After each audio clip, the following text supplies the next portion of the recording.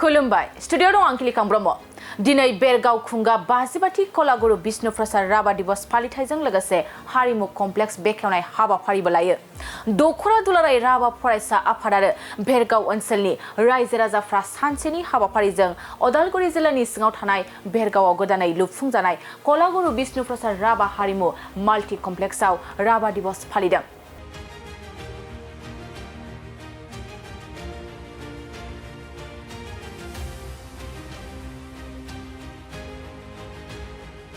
लोगोसे बेरगावआव गोदानै लुफुंजानाय विष्णु प्रसाद राभा हारिमु माल्टी कमप्लेक्सखौबो बेखेवदों।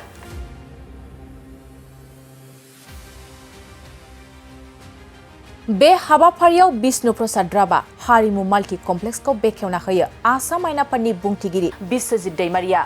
लोगोसे बे हाबाफारियाव बाहागो लायो मुंदांखा मेथाइ खनगिरि जुबिन गार्ग आरो बिपुल राभा बिथांमोना।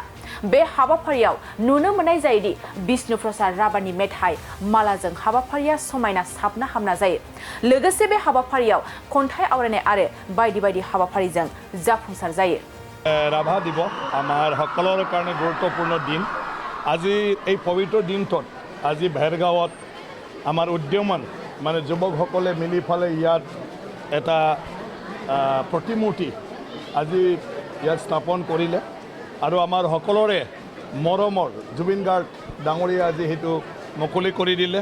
এইটো এজন মানে কি কয় আমাৰ সংস্কৃতিৰ গুৰু কলা গুৰু তেওঁৰ প্ৰতিমূৰ্তি আমাৰ একদমবাৰে সংস্কৃতিৰে আজিৰ দিনৰ বিশেষ ব্যক্তি আমাৰ জুবিন গাৰ্গে এইটো উদ্বোধন কৰাটো অত্যন্ত মানে মই ভাবোঁ অৰ্থপূৰ্ণ হৈছে আৰু ভেৰগাঁৱৰ নিচিনা ঠাইত তেওঁ আজি দিনটোত আহি ৰাইজৰ লগত লগ দিলে আৰু ইয়াৰ যিটো সভাগৃহ আজি এইটো সম্পূৰ্ণ হৈ পালে আজি আমি সেইটো উদ্বোধন কৰিব পাৰিলোঁ। গতিকে এটা বিশেষ দিনটোত বিশেষ মানে মহান পুৰুষৰ আজিৰ এই তিথিত আমি সেইবোৰ কাম ভেৰগাঁৱত কৰিব পৰাটো অত্যন্ত গৌৰৱজনক কথা। কোনটোৰ সভাগৃহ আমাৰ 1.5 কোটি টকা আৰু ষ্টেজতো 2-2.5 লাখ টকা হ'ব। মানে খুঁটি নাটি কি আছে মই নাজানো, সেইটো মুঠতে এতিয়া এইটো ব্যৱহাৰযোগ্য হৈ গ'ল। আজি ভেৰগাঁৱত আহিছোঁ আৰু ৰাভা দিৱস এটা শুভ দিন সকলোৰে কাৰণে। গোটেই অসমত ৰাভা দিৱস পালন কৰে সকলোৱে আৰু মই স্পেচিয়েলি ইয়ালৈ আহিছোঁ যে ৰাভাদেৱৰ এটা ধুনীয়া মূৰ্তি উন্মোচন কৰিলোঁ একেলগে আৰু এটা প্ৰেক্ষাগৃহ ধুনীয়া ভেৰগাঁৱৰ কাৰণে ভাল কথা। ইয়াত ভাল ভাল কাম হওক, ভাল ভাল অনুষ্ঠান হওক আৰু পবিত্ৰ কাম যে দুখন বেডমিণ্টন কোৰ্টো হ'ব, সবাই খেলক। যিহেতু ৰাভাদেৱ খুব ভাল স্পৰ্টছমেনো আছিলে, চ' তেওঁৰ আদৰ্শৰে অনুপ্ৰাণিত হওক, আগবাঢ়ি যাওক, সেইটো কাম কৰিছোঁ।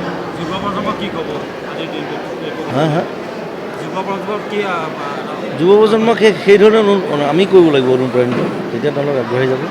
বহুত সৰু সৰু ল'ৰা ছোৱালী আহিছে, তেওঁলোকে ইনস্পায়াৰ্ড হ'ব এইবিলাক কথাৰ পৰা, যে ৰাভাদেৱৰ বিষয়ে জানিবলৈ চেষ্টা কৰিব, পঢ়িবলৈ চেষ্টা কৰিব, সেইটো বিচাৰিছোঁ। সকলো আগবাঢ়ি যাওক। Thank you. নিশ্চয় আপোনালোকে জানে যে ভেৰগাঁও আঞ্চলিক ৰাভা ছাত্ৰ সন্থাই বিভিন্ন অঞ্চলবিলাকত বিষ্ণু ৰাভা দিৱসটো বিগত কেইবাবছৰ ধৰিও উদযাপন কৰি আহিছে। কিন্তু এইবেলি নিৰ্মিত যিটো আমাৰ প্ৰেক্ষাগৃহ সেইটো উন্মোচন কৰিবৰ কাৰণে ৰাভা ছাত্ৰ সন্থাৰ লগতে এই বিভিন্ন জাতি জনগোষ্ঠীসমূহক লগত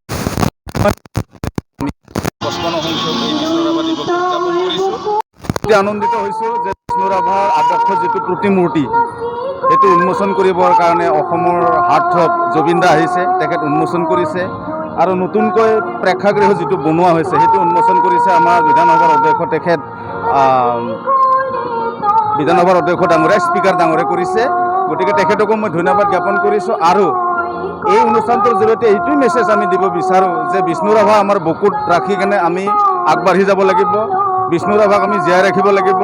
বিষ্ণু ৰাভাৰ চিন্তা আৰু আদৰ্শৰ আজিৰ তাৰিখত ইমানেই প্ৰাসংগিকতা আছে, ইয়াক আমি মৰ্মে মৰ্মে উপলব্ধি কৰি অসমত বসবাস কৰা বিভিন্ন জাতি জনগোষ্ঠীসমূহে সমিল মেলে আগবাঢ়ি গৈ বিষ্ণু ৰাভাই যি বৃহত্তৰ বৰ অসম বনোৱাৰ সপোন দেখিছিলে, তাত নিশ্চয় অকণমান হ'লেও আমি অৰিহণা যোগাব পাৰিব লাগিব।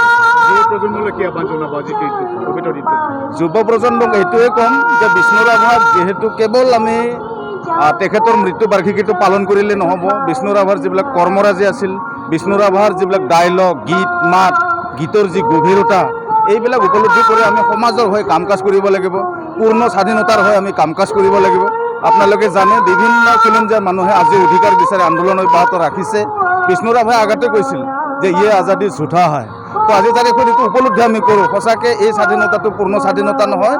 পূৰ্ণ স্বাধীনতা সেইদিনাখনহে বুজাব যেতিয়া অসমত বসবাস কৰা সৰু সৰু জাতি জনগোষ্ঠীবিলাকে সাংবিধানিক অধিকাৰটো পাব। গতিকে আজি তাৰিখত বিষ্ণু ৰাভাৰ আদৰ্শ আৰু চিন্তা চৰ্চাক আগত ৰাখি আমি আমাৰ জাতিটোক বা সমাজখনক আগবঢ়াই লৈ যাবৰ কাৰণে নৱপ্ৰজন্মক মই আহ্বান জনাইছোঁ।